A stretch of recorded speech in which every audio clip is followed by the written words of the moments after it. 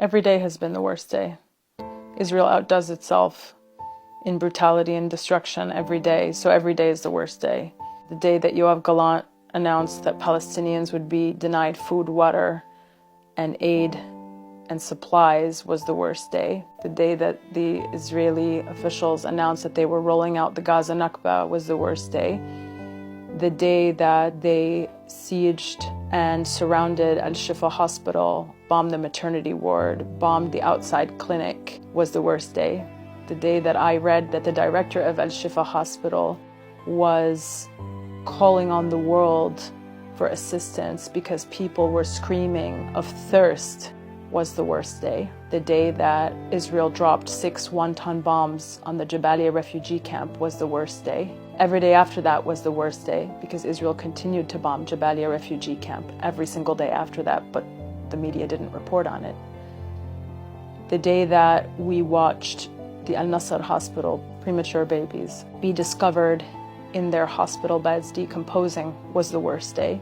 The day that we watched photos and videos of dozens of Palestinian men who were kidnapped from one of the schools where they were sheltering with their families, and they were taken by the Israeli occupation forces, stripped of their clothes, blindfolded, forced to kneel, only to be taken away in the backs of trucks was the worst day.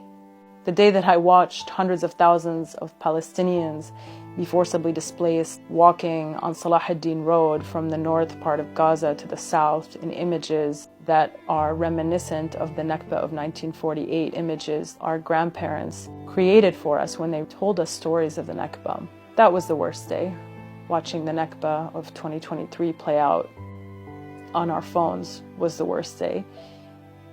The day that we read accounts of Palestinian families whose children they were carrying in their arms as they were being forcibly displaced, and their children were sniped by Israeli snipers, and they were forced to lay their children's bodies down on the ground and continue marching. The day that report came out, that was also the worst day. Every day I see a video of a Palestinian toddler whose head has been blown off, split open, or a Palestinian child whose limbs are missing after being hit in an airstrike. Those days are also the worst days. The day I saw the faceless boy with both of his legs blown off, that was the worst day. The day I saw the young Palestinian girl who had been completely disemboweled and whose intestines were outside of her body, that was also the worst day. Every day I see a child who has had to undergo amputation after being injured in an airstrike, most of the time without proper anesthesia, was the worst day. The day that we heard the report of a Palestinian physician having to amputate his own child without anesthesia and whose child actually succumbed to his wounds, that was also the worst day.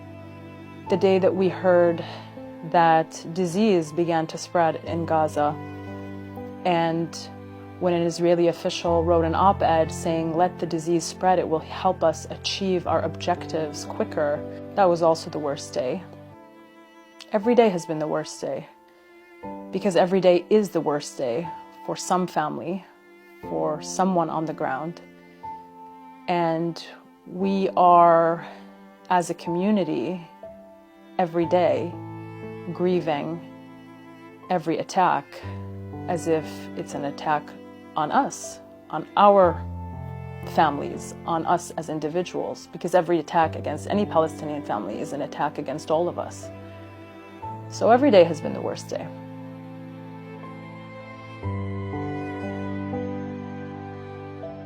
It's so essential in this moment to center Palestinian voices. We are credible narrators of our own lived experience, and unfortunately the corporate media does not allow us to present our lived experiences to the world and to contextualize our realities. That's why it's so important to support alternative media that does give Palestinians a platform, amplifies their voice, and allows them to tell their stories. Join the future of journalism. Join Double Down News on Patreon.